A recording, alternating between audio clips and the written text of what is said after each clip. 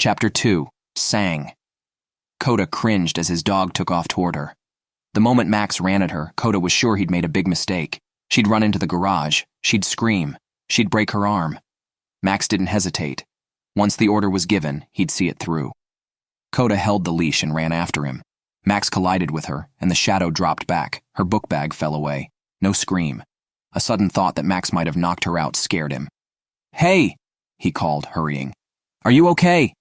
She moved, looking at him. She was in shadow, so he couldn't get a good look, but the fact that she was moving was a good sign. Max sat on her legs, holding her down like Kota had trained him to do. Kota slowed to a jog so as not to scare her. When he got to her, he caught Max licking her arm. At least Max knew she wasn't a threat. Maybe he went easy on her. "I'm sorry," Kota said. He made a motion with his hand. "Max, get off of her." Words tumbled around in his head, mostly a billion questions. He was worried she was really hurt. He wondered if she'd run once she was upright. He wanted to say something, anything to make her not run away. "Give me a chance. You can talk to me." The fact that she wasn't saying anything, not even yelling at him about his dog, worried him. When Max climbed off of her, Kota's instincts took over and he knelt beside her. He slid an arm around her shoulders and started to lift, but then hesitated. It was a normal reaction, helping someone when they've fallen, but he could already feel her stiffening. "Are you hurt?" he asked. She shook under his touch. Now that he had an arm around her, she felt small, fragile, and he had a strong desire to lift her at that moment, away from the dirty street and wet ground and out of the rain. He resisted the urge.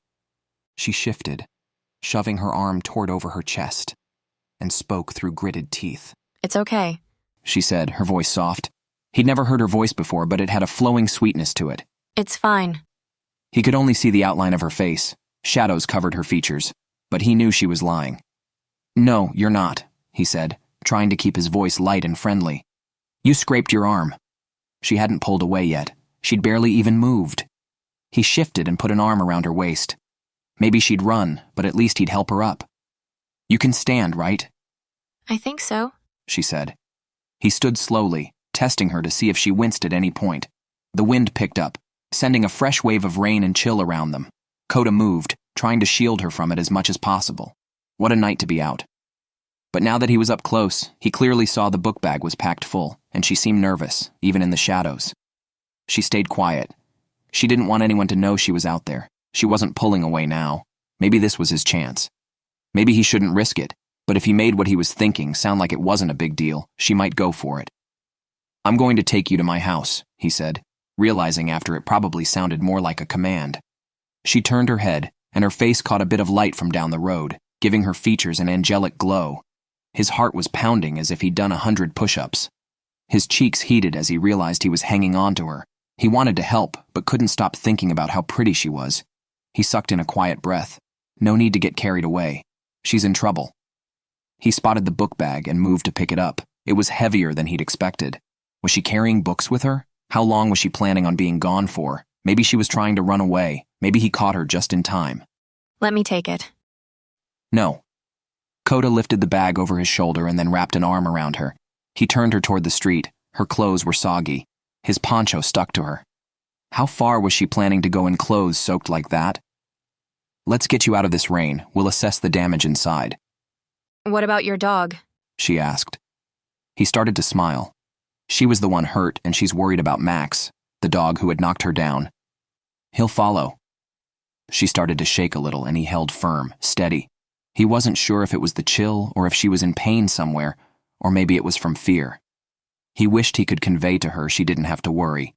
He knew trust took time, but right then he wished there was a way to make her believe. She seemed to need it right now. Kota guided her 2 houses down from hers, back toward his garage.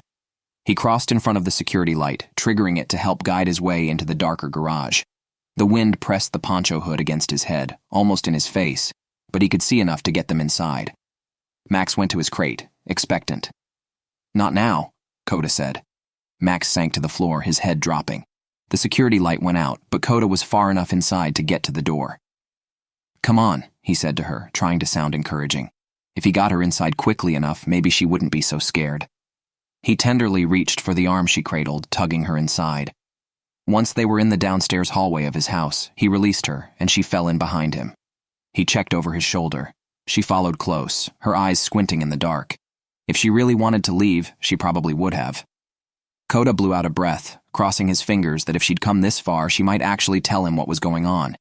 He thought about taking her into the kitchen, but didn't want to risk waking Jessica or his mother.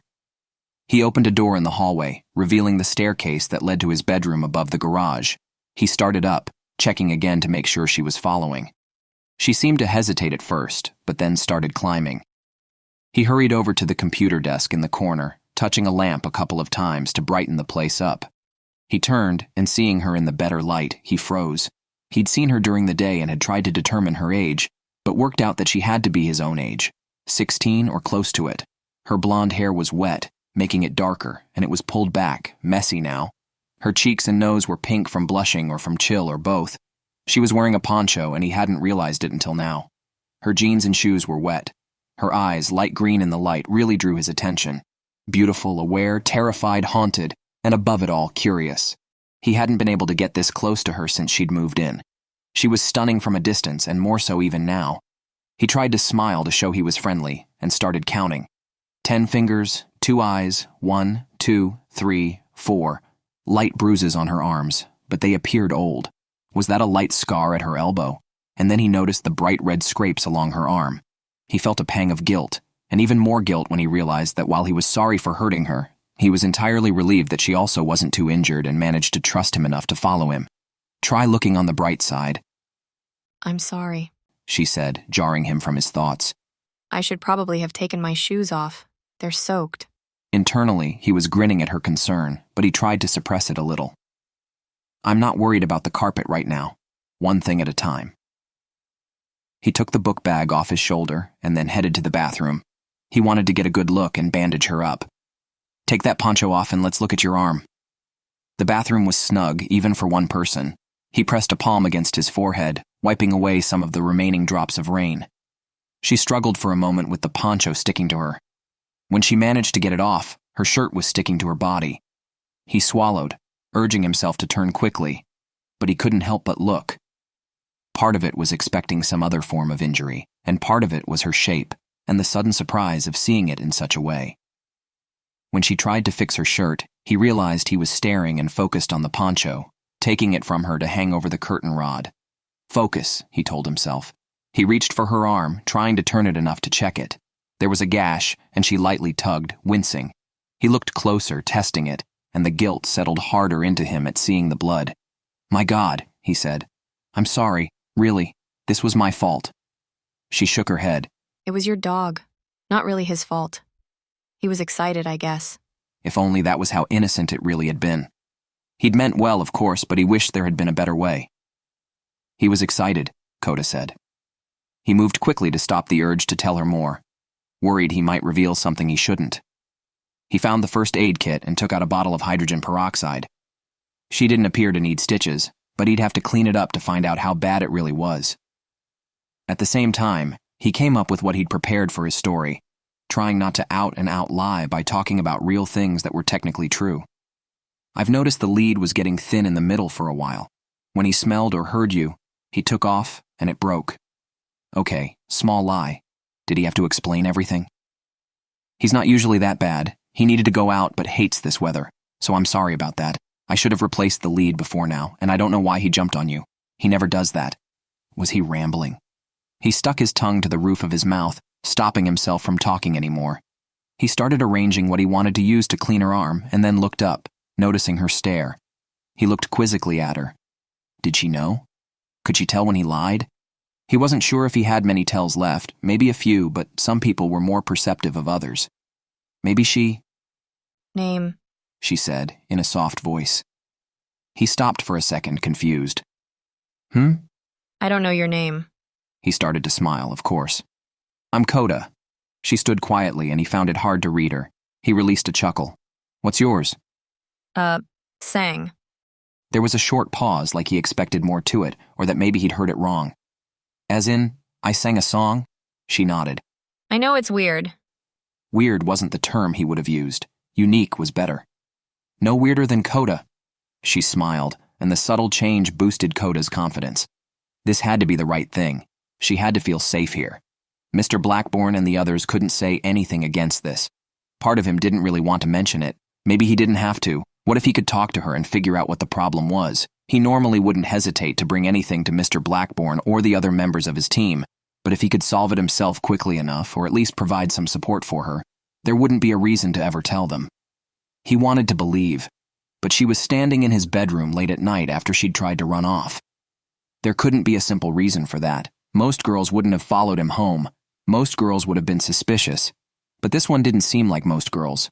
He prepped a clean cloth with the peroxide quickly. "It's nice to meet you," he said, "and please don't hate me." For what? She asked. He took her arm, and as gently as he could, applied the cloth to her arm. She stiffened hard at first, like it was unexpected, and then started shaking.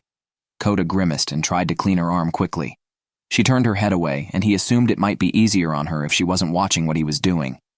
The gash was raw and bled a bit, but looked like it was mostly a surface wound. He could imagine it really stung. He found a large bandage to cover it. She didn't say anything or reach to do it herself, so he went ahead and applied it. "I think you're patched up," he said, rubbing the edge of the bandage to make sure it stuck, and then tossed the wrapper away. "Anything else broken or bleeding? Please say no." Not that he wouldn't fix it, but the arm was enough to feel guilty about. She shrugged and shook her head. I'm fine. Kota wasn't really sure if that was true. She did fall, so he imagined a few more body parts struck the ground pretty hard. Maybe she meant there wasn't anything scraped up like the arm.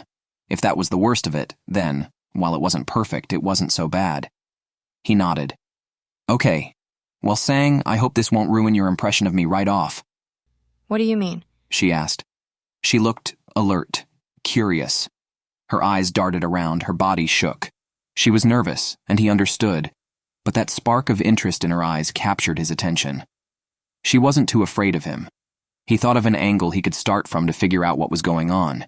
It was on the tip of his tongue to simply be blunt and ask outright, but he got the feeling she might not answer or might quickly get uncomfortable. It'd be better to ease into it to gain her trust. "I mean, we are neighbors, right? Your family just moved in?" It was an obvious question, but he had to start somewhere. Her eyes widened. Was she surprised by the question, or surprised that he noticed they'd moved in? Maybe it felt like he recognized her, and she didn't recognize him. Yes. She said. Her head shook a fraction. No. Her head moved slightly in a nod. Kota's training would normally say she was lying, but it felt more like she just wasn't sure how to answer. I mean, don't worry about it. It was just an accident. She pressed her lips together. Kota struggled with how to ask, because her lip movement usually meant she didn't want to reveal too much. Instinct told him she maybe wanted to talk, but wasn't sure if she should. She didn't trust him that much yet. Still, he thought if he asked, she'd at least try to answer. "So what were you doing out so late?" Short pause. Her eyes darted, and Kota knew it was a lie before she even said it. Just taking a walk. I couldn't sleep. "With a book bag weighing a ton on your back?" he asked. He was trying to be delicate in calling her out. In the middle of this weather? Her cheeks turned red. Her lips twitched like she wanted to say something but couldn't find the words. Worse than he thought. He tried to look sympathetic. "Hey, I'm sorry, look, it's personal. Whatever it was, did you have to do it in the middle of the night?" Her shoulders moved back, her chest expanding as she breathed in. It felt like a good idea at the time. She answered because he'd asked, but she seemed to not want to talk about it. Then he realized she was still in wet clothes, probably freezing, and really stressed. If he was going to get her talk, she needed to be more relaxed and comfortable first. "Okay," he said. "Here's what I'm going to do. I'm going to find you something to wear. I'm going to go downstairs to change. I'll make some hot chocolate, too. If I come back and you're not here, I'll understand. If you are, you get to tell me what's going on." He moved closer and slowly until his head was near hers. He wanted her full attention. For a moment he stopped, because those light green eyes stole his attention. It was a delicate cut across his heart, feeling her wanting to trust him, the curiosity still as bright as ever, and then that little twinge of haunted ghosts floating around inside her. She held back because that was how she protected herself. Take a chance, he told himself. Be honest with her about what you want. I make a halfway decent friend if you give me a chance. She didn't say anything, but she nodded. She turned her head to look away. He studied her for a moment. Was she just trying to appease him for now? If he went downstairs, maybe she'd take her things and go. He couldn't make decisions for her. He could only offer to help. If she tried to run off, he'd have to call Nathan. He'd have to call on the others. He'd follow her to make sure she was okay. He might not be able to push her to stay, but he wasn't going to let her run off in the middle of the night without making sure she was safe. The academy could send in a girl, perhaps, someone she might be more comfortable talking to. He hoped she'd stick around. The longer he stood there, the more determined he was to figure this out. He moved to the closet quickly, seeking out some clothes for her to change into. He supposed she might have something to wear in the book bag she carried, but he wanted to offer something. "It'll be big on you," he said, as he pulled out a gray t-shirt. He found some pajama bottoms as well, some a little too small for him. They might actually have been Gabriel's or Luke's, but their clothes sometimes got shuffled. Gabriel sorted through them when he got a chance, but they'd all been pretty busy lately. He folded the clothes over his arm. These might be too big as well, but at least they have a tie. He closed the closet and turned. She'd retreated a bit into the bathroom, and he offered them to her. She took them willingly, and he watched her expression. She seemed compliant. She'd gone deeper into the bathroom, not out further into the bedroom, toward the stairs. A good sign she wasn't going to leave.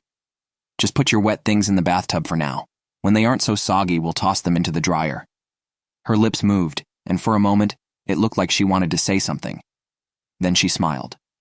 It was the warmest smile he'd seen from her the entire night, and perhaps since he'd noticed her at all. It lit up her eyes in a way that, in spite of the chilled, soggy, outward appearance, struck him as absolutely stunning. Kota struggled, wanting to smile, wanting to say something. Anything. Tell her she's pretty. Tell her she's safe. His words were lost. What was wrong with him? He'd never felt so jumbled before. He gently closed the bathroom door and leaned back against it, waiting, listening. If she wanted to leave, she'd turn the handle and peek out to see if he was gone. Nothing.